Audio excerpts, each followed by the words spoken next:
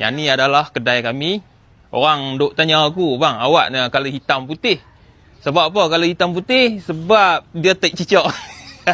Dah, bukan. Sebab aku minat orang putih punya style, dia hitam putih. Lebih kurang kata aku juga. Hitam putih. Aku memang minat colour hitam dengan putih. Jadi kedai sampai kedai pun hitam putih. Jom kita tengok. Kita masuk sini tengok. Dia asalnya kedai ni dia colour coklat.